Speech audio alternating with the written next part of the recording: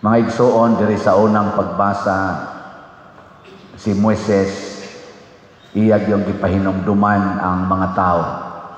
Pangita mo Ginoo nga sama sa atong Ginoo. O kinsa man ning Ginooa, matud pa niya, duol kay nato. So ang Ginoo nagpaduol nato. Muna kita sa kinahanglan magpaduol sa Ginoo. Og sa atong panahon karon, kinsa may representative sa Ginoo, matud pa sa Ebanghelyo or sulat ni San Juan, bakakon ang tao kung moingon siyang nahigugma siya sa Ginoo apan nagdumot sa iyang isig katao. Lingiyay mong tupad nawa kay gidumtan karon nakono. O kanang na ay gidumtan kung moanhi nagsimbahan, ang naong ana nagdumot lang gyapon. Kusmod kay nagnaong. Ada may daghan din ni manimbang ang naong kusmod lang gyapon. Hinaot unta mag-anam nagkaable. Nya unsaon man na? Pakigsuod sa imong isig katao. Kay ang Ginoo lagi nato, siya mo'y atong manluluwas, modelo sad siya unsaon pagpuyo. Ug maunay gipuy-an sa mga santos o gisangyaw nila, labi na gyud sa mga nanag-una nga mga santos nga nahimong inila sama ni Santo Domingo. Si Santo Domingo usa sa mga santos nga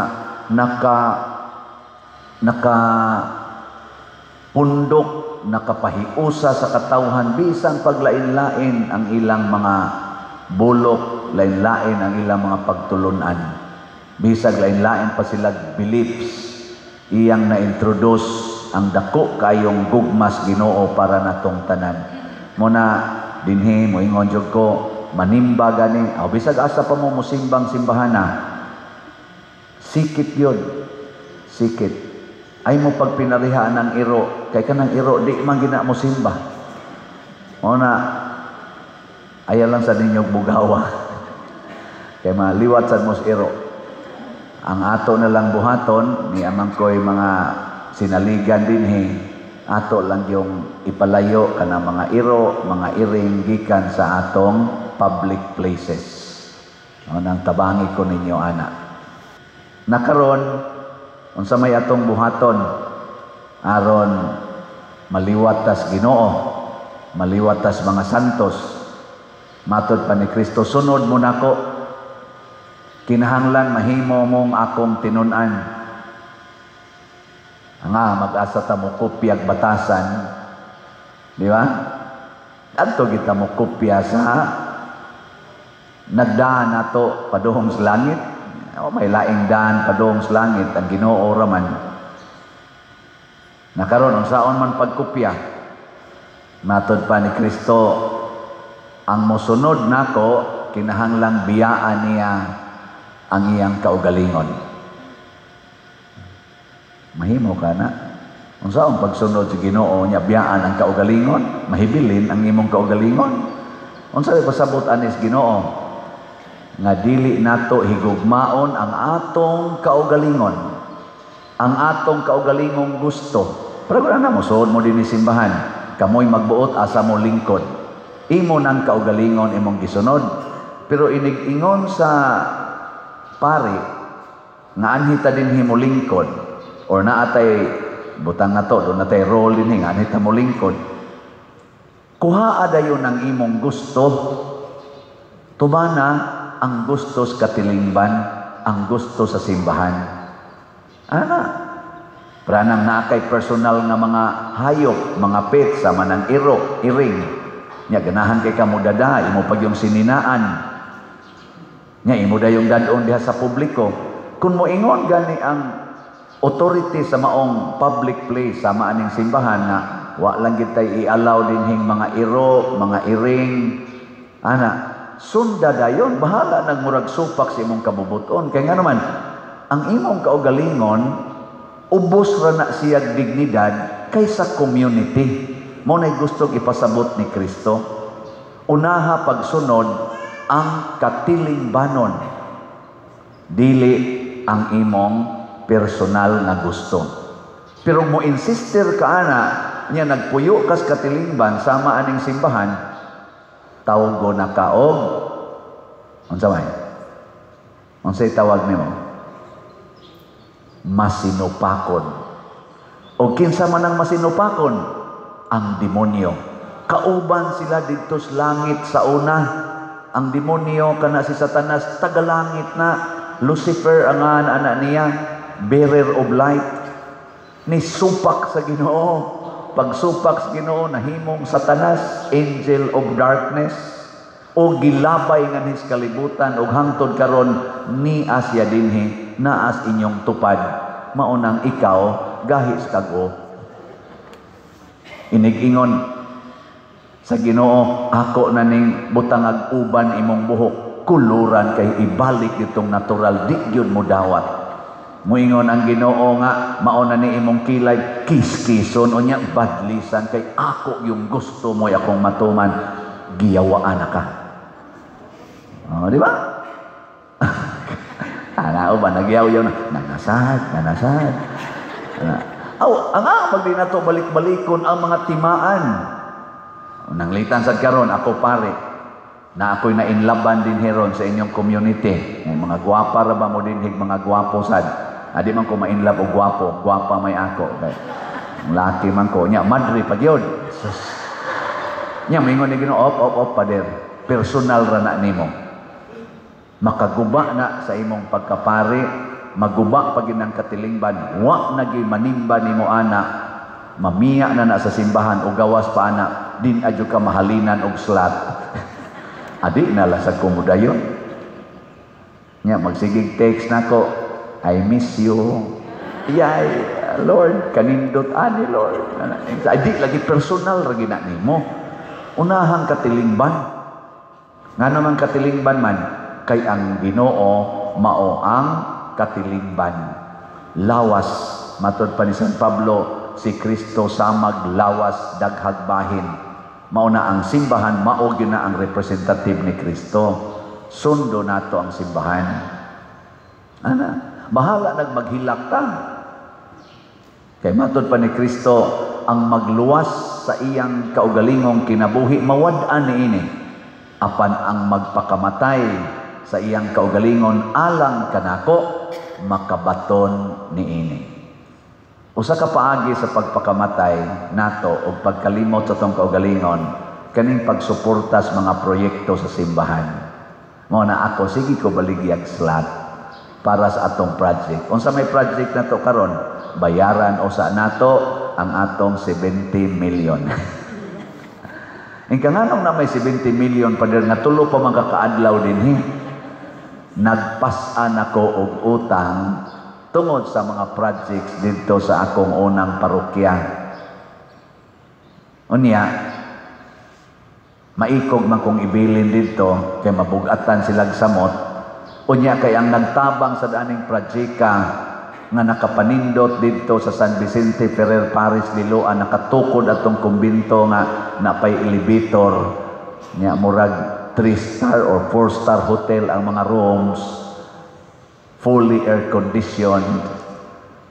Ang nakatabang ato, kamo man, ang taga San Vicente, ambot pilar kay natabang ato.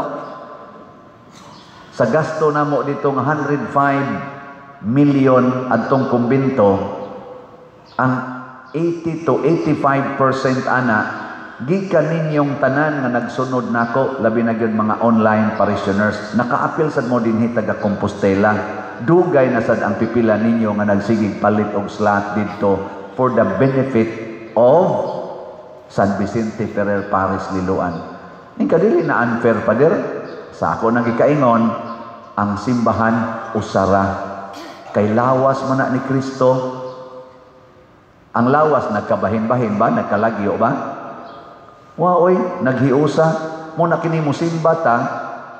Ekspresyon ni kana akong ingon nimo nga sikit gyud, ayaw pagdistansya sa imong tupad or sa imong kaubas pagsimba, ekspresyon na nga nagkahiusa ta. Kalisod sad ang akong kamot nga tuo sa sakristi. Nya ni ako dinhi, unsa man na? Pwede din na. Pwede dili. Pwede oy. Unsa man? Putlon.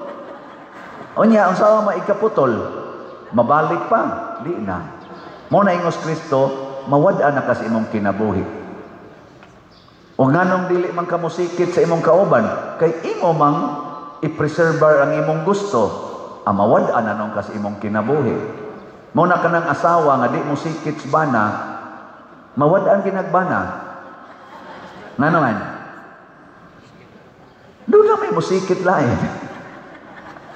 Kanasang bana nga di isang musikit sa asawa, sooner or later, mawad-an yung kag-asawa.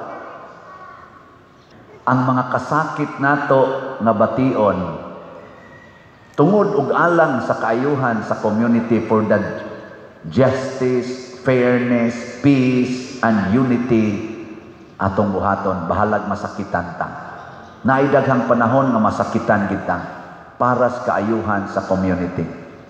Sama karon, nasakitan ang Congress kay katong nag-propose ba sa impeachment sa Vice President. Wa naman, patay naman ang impeachment. Gipatay sa Supreme Court, gipatay sa Senate. Nagkausa man ang Senate o ang Supreme Court. Sakit. Pero para mas kaayuhan sa tanan kay unconstitutional, invalid from the beginning. Kung wa na'y balaod nga gitawag na tog supreme law nga mao ang atong constitution, nga ang supreme interpreter mausad ang Supreme Court, ug di na nato tahoron tungod lang kay nasakitan ta, unsay mahitabo sa atong nasod. Og salamat kay ang Senate ni insist bisan pagdaghan mga congressmen o ambot nganong naingon ana na sila, maglagot man sila. Amo lagi kay nasakitan. Lingiyay mong tupad. Ing na okay ra kag pasakitan. Ing na kano, ina yung tubad ba na okay ra kag pasakitan. Ing na. Wa gyud mo lingi. Kamong nilingi, congratulations. Sakitan gyud mo. Nya kanira bang pasakitan ta, mao sa ni nakanindot ha? Og mudawat sa kang masakitan ka, nya mo padayon lang gyud kas imong buhat nga Dios nun, tagaan sa kag reward. Tagaan kag dakong kalipay. Mo na ingos Kristo makabaton sad mo kinabuhing way katapusan. Unsa man ang kinabuhing way katapusan? Usas mga meaning ana, kalipay nga way katapusan. Kay kanang kinabuhi mga igsoon nga hisgutan sa Biblia, duhay meaning ana, kinabuhi. Happiness or existence. Happiness o existence. Kanang bang maginhawa ka ba? Mo na existence. Ang happiness kanang lipay ka. Naidaghan nga ni exist pero murag patay. Kay wa nay kalipay. Di ba? Lingay mo tupad karon taon-taon. Ay sa karon, Karon taon-taon. Lingi di ba na adihe ro magtatil maganan. Naong anang murag patay. Magsige ta diri og joke-joke, kamo nangatawa mong uban, makita man ako hapitan ng naong ninyo diri. Nagi uban nga musigan. Kita nangatawa na nagana. Nya usay mo doko pa gyud. Si pangatawon ng nimbang nagko. Kana sila patay na sila. Mao na sila mga patay nga nanimbang. Unsa may namatay nila dili ang ilang existence, ang ilang happiness. Nga naman nagbaon og mga kabugat. Na sila. Ako lang sa mensyonon dire kay ang nasikat karon sa pagpatay sa impeachment, kanarong impeachment, articles of impeachment, ang nisikat yun, si bagong senador, si Dante Marcolita. Kana si Dante Marcolita, dito na sa Congress. Unya, siya na nagsigig ingon dito.